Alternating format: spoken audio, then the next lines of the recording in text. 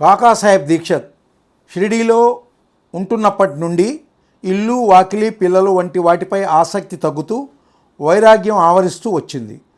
సర్వ సంసారాన్ని త్యజించి తాను షిరిడీ వచ్చి నివసించసాగారు.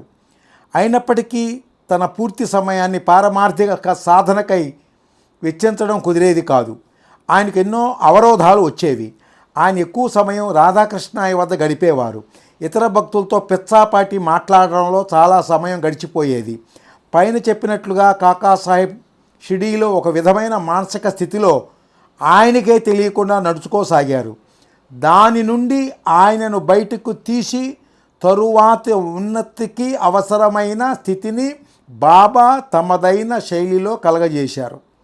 ఒకరోజు బాబా కాకాసాహెబ్ని పిలిచి, కాకా, నువ్వు వాడాలో మేడపైనే ఉండు, ఎక్కడికి వెళ్ళవద్దు, చివరకు నా వద్దకు కూడా రావద్దు అని ఆజ్ఞాపించారు. ఇక్కడ గమనించాల్సిన విషయం ఏమిటంటే, బాబా కాకాసాహెబ్ దీక్షత్కు ఏ విధమైన సాధన చేసుకోమని చెప్పలేదు. కేవలం మేడపై ఉండమని మాత్రమే చెప్పారు. అంటే నిశ్చంతగా కూర్చో, చేయవలసిందంతా నేను చేస్తాను అని తమ సహజ శైలిలో చెప్పకనే చెప్పారు. బాబా ఆజ్ఞను ప్రామాణికంగా భావించి కాకాసాహెబ్ దీక్షత్ బాబా ఆజ్ఞ ప్రకారం మేడపైనే స్థిరపడ్డారు. కేవలం నిత్య విధులకై మరియు స్నానానికి మాత్రమే క్రిందకు వచ్చేవారు. భోజనం కూడా మేడపైనే చేసేవారు. కానీ కొన్ని రోజుల తరువాత షిరిడీలో ఉంటూ కూడా బాబాను దర్శించుకోలేకపోవడం, బాబాతో సహపంక్తి భోజనం లేకపోవడం, మధ్యాహ్న హారతికి మరియు చావడోత్సవానికి వెళ్ళలేకపోవడం వంటి వాటి వలన కాకాసాహెబ్కు తీవ్ర దుఃఖం కలగసాగింది.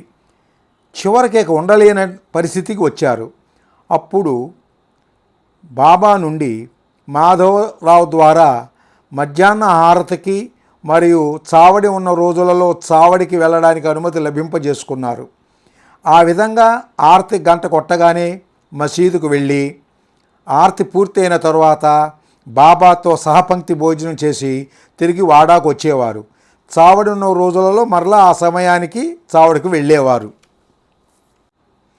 మేడపై ఎప్పుడూ ఒంటరిగా ఉండటం వలన పూజా, ధ్యానం, పారాయణ ఇత్యాది కార్యక్రమాలు ఎంతో చక్కగా ఎటువంటి ఆటంకం లేకుండా జరగసాగాయి. కాకాసాహెబ్ దీక్షత్ యొక్క గ్రంథ పఠనం అంటే ఏదో పై పటాటోపం కాదు. పఠనం తరువాత మననం రెండింటినీ కాకాసాహెబ్ దీక్షత్ ఎంతో శ్రద్ధగా చేసేవారు. పారాయణ గ్రంథంలోని మర్మాన్ని బయటకు తీసి ఆకలనం చేసుకొని అందులోని నీతిని తమ ఆచరణలోకి తీసుకొచ్చేవారు. ఏదో చెయ్యాలంటే చెయ్యాలని, లేదా 4 మంచి మాటలు ముఖతహా వెలువడినా మరియు చెవిలో పడినా ఎంతో కొంత పుణ్యం వస్తుంది అనే సంకుచిత భావం ఆయనకు అసలు ఉండేది కాదు. బాబా ముఖతహా వెలువడిన ఎన్నో నిగూఢమైన ఆధ్యాత్మిక రహస్యాల చిక్కుముడిని ఆ గ్రంథాల సహాయంతో ఆయన విప్పారు.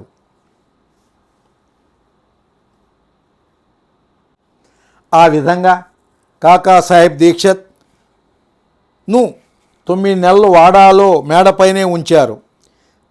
కాకాసాహెబ్ దీక్షత్ మేడపైనే ఏకాంతవాసం చేస్తున్నాడు. తీవ్ర జపధ్యానాల్లో మునిగిపోయాడు అనే వార్త ముంబైలో తెలియగానే కాకాసాహెబ్ దీక్షత్ స్నేహ మండలిలో వివిధ రకాలైన తర్క వితర్కాలు మొదలయ్యాయి.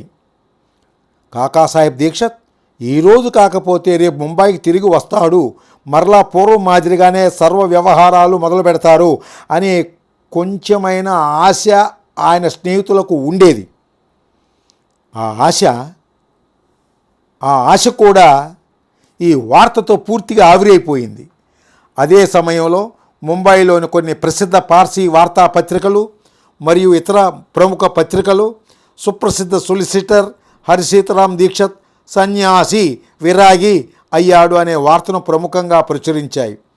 దాంతో ముంబైలో చాలా కలకలం రేగింది. ఆ వార్త శ్రీమతి దీక్షత్కు చేరి ఆమె చాలా ఆందోళనకు గురయ్యారు. అందువలన షిరిడీకి మనమే స్వయంగా వెళ్ళి వాస్తవ పరిస్థితి తెలుసుకుందామని ఆమె నిర్ణయించుకున్నారు. ఆ విధంగానే ఆమె పిల్లలతో కలిసి షిరిడీ వచ్చారు. ఆమె షిరిడీలో కొన్ని రోజులుండి పరిస్థితినంతా స్వయంగా గమనించి, బాబా, కాకాసాహెబ్ దీక్షితును కేవలం మేడంపై ఉంచారు, అది తప్ప ఇంకా ఏ విషయం లేదు అని నిర్ధారించుకొని పిల్లలకు బడిపోతుందనే ఉద్దేశంతో తొందరలోనే బాబా అనుమతిని తీసుకొని ఆమె ముంబైకి తిరిగి వెళ్ళిపోయారు. వెళ్ళేటప్పుడు బాబా ఆమెతో, నీవు కాకా గురించి ఏమీ దిగులు చెందవద్దు, నేను చూసుకుంటాను అని చెప్పారు. సాక్షాత్తు బాబా వద్ద నుండే అటువంటి భరోసా లభించడంతో ఆమె నిశ్చింతగా తిరిగి ముంబైకి వెళ్ళిపోయింది. కాకాసాహెబ్ దీక్షిత్ తనకు తెలియకుండానే సదా సాయి నామస్మరణలో ఉండేవారు. ఆయన మాట, ధ్యాస, చేతలు అంతా బాబా చుట్టూనే తిరుగుతూ ఉండేవి. ఆయన ఎంతగా బాబాను ధ్యానించేవారో, బాబా సాన్నిహిత్యం కోసం ఆయన తన వృత్తిని, రాజకీయ పదవుల్ని, ఒక విధంగా సర్వలౌకిక సుఖాలను ఎలా తృణప్రాయంగా త్యజించారో మనం ఇదివరకే విన్నాము. ఆయన పారాయణ చేసే సద్గ్రంథాల సారం బాబా లీలలలో తనకు స్పష్టంగా ప్రస్ఫుటమయ్యేది.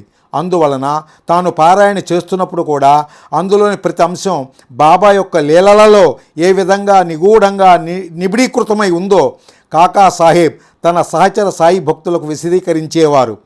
రోజులో కాకాసాహెబ్ దీక్షిత్ బాబా గురించి ముచ్చటించని క్షణాలు బహు అరుదు అని ఆయన సన్నిహిత మిత్రులు వారి స్మృతులలో చెప్తారు.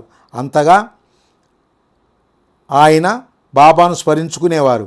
అయినా సద్గురు స్మరణం కంటే మించిన ఉపకరణం సాధనలో ఏముంటుంది? ఒక సందర్భంలో కాకాసాహెబ్ దీక్షిత్ బాబా వద్ద కూర్చొని ఉండగా, కాకా కాకా నేను హరి హరి హరి హరి అని అంటూ ఉంటే నాకు హరి దొరికాడు అని చెప్పి నామస్మరణ ప్రాముఖ్యాన్ని ప్రత్యక్షంగా బోధించారు సాయిబాబా.